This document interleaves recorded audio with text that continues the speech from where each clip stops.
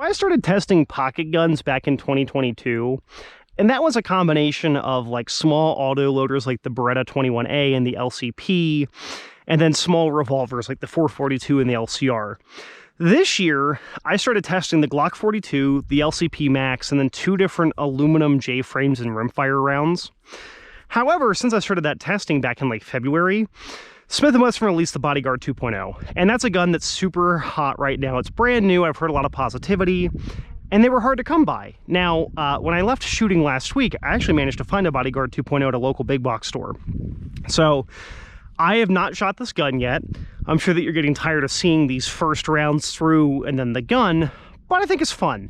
So what do I have loaded in the gun right now? I have a mix of Fiocchi and Blazer Brass FMJs, a mixture of 90 and 95 grain. I have yet to shoot this gun. All I've done is lubricate it and put bullets in the magazines, right? I'm gonna shoot it a fair bit because this is a new gun, it's popular. If it is nicer than the LCP Max, I think that's good enough. If it shoots better than the Glock 42, which, you know, I haven't shot the gun yet, but I'm not holding my breath, that would be nice too. There are some features in this gun I really like and some that I don't, but the more I play with it, the more I like it. So let's just see how it shoots. We're just here at 5 yards. I just want to see how it's going to be on a B8 at this distance. Let's come up here. So my gun is shooting pretty hard to the left here. I have a dead trigger there. Ooh, failure to fully go into battery there. That was something I had a dead trigger, and the slide was just a hair out of battery. So, okay. So, I could chalk this up to me, but it looks like my gun's shooting a hair left here at 5 yards. The rear sight on this gun, let me get some sunlight in here. The rear sight on this gun is very wide, and it could be that maybe I'm favoring the left side of the rear sight a little bit, but that didn't feel like that was the case. It felt like it may have been different. And actually looking at it, it looks like the rear sight is drifted over to the left, which will explain why it's shooting to the left more. But I want to get through these 2 magazines and see what's happening, because we did have a malfunction there. It was one that was remediated by tapping the back of the slide, but nevertheless, I had a dead trigger when I shouldn't have. The gun did lock open on empty, which is impressive considering these small guns, it's very easy to ride the slide release. So let's see.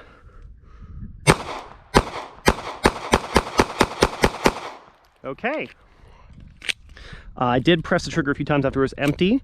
The trigger on this gun, I didn't like it at first, but after dry firing it a bunch, it has gotten better. I haven't put it on the trigger pull gauge, but I would say about 5 pounds. It's a, you know, not curved, but a angled flat face trigger. The grip safety, or the trigger dingus safety, works pretty good. The 12-round magazines give you good grip, but honestly, without them, I have big, meaty hands, and yeah, the gun's up inside the grip, but I still have all of my fingers on this gun. So let's come up here and take a look at the target. Again, this was just 5 yards, and that was mag dumping, but even if I have to drift the sights over, which I did start naturally aiming a little bit over here, I'll knock the sights over a little bit and do some shooting with it. But I like this. You know, one benefit to this over like the LCP is that this is a striker fired gun. Since the LCP has to have the hammer in there, that makes it taller for the bore axis. And I always hate to bring up bore axis because it gets certain people thinking about certain things. The point there is that they made it that we have a lot more grip higher up on the gun. So even though we're shooting the same 380 ammo as, let's say, the LCP Max, this gun is softer shooting because of having more hand on the gun, regardless of using the 12-round or the 10-round mags, right?